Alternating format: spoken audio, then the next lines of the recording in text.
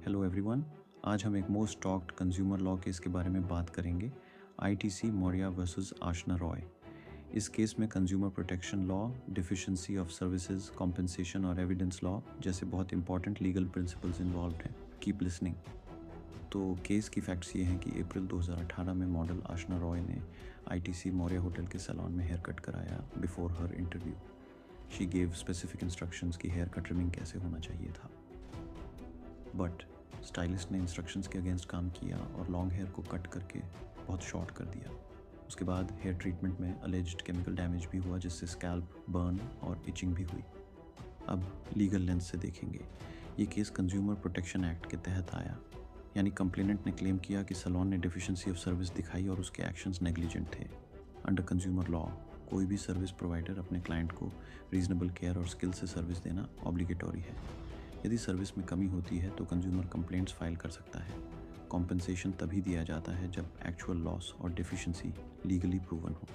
In this case the national consumer disputes redressal commission (NCDRC) ने पहले decide किया कि हेयर कट और ट्रीटमेंट में डिफिशिएंसी और मेडिकल नेग्लिजेंस था और उसने 2 करोड़ कॉम्पेंसेशन अवार्ड किया। लेकिन here's the important legal point, compensation सिर्फ कंप्लेनेंट की क्लेम के कारण नहीं मिलता। Compensation must be supported by reliable, trustworthy evidence showing actual loss suffered. Supreme court ने इस बात पर ध्यान दिया कि क्लेमेंट ने जो डॉक्यूमेंट्स पेश किए, जैसे ईमेल्स, मॉडलिंग कॉन्ट्रैक्ट्स और मेडिकल सर्टिफिकेट्स, वे मोस्टली फोटोकॉपीज थे और उनकी ऑथेंटिसिटी प्रूव्ड नहीं थी। आधारहीन एस्टिमेट्स पर कोर्ट ने कहा कि कोई भी ह्यूज कॉम्पेंसेशन तभी दिया जा सकता है जब लॉस और causal relationship has been properly established.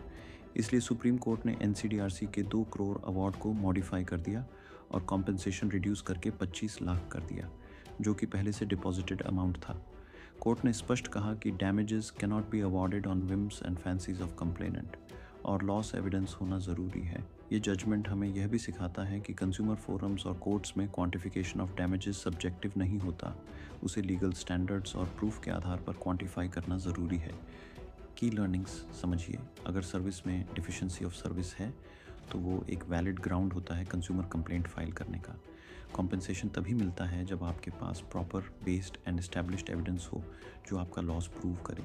और अगर आप बिग क्लेम कर रहे हैं तो उसके लिए ट्रस्टवर्दी और रिलायबल प्रूफ होना बहुत ज़रूरी है।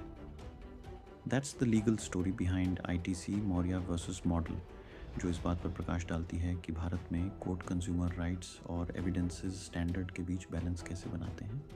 वीडियो पसंद आए तो लाइक करें, शेयर करें और पेज को फॉलो करें ताकि ऐसी ही लीगल अवेयरनेस मिलती रहे।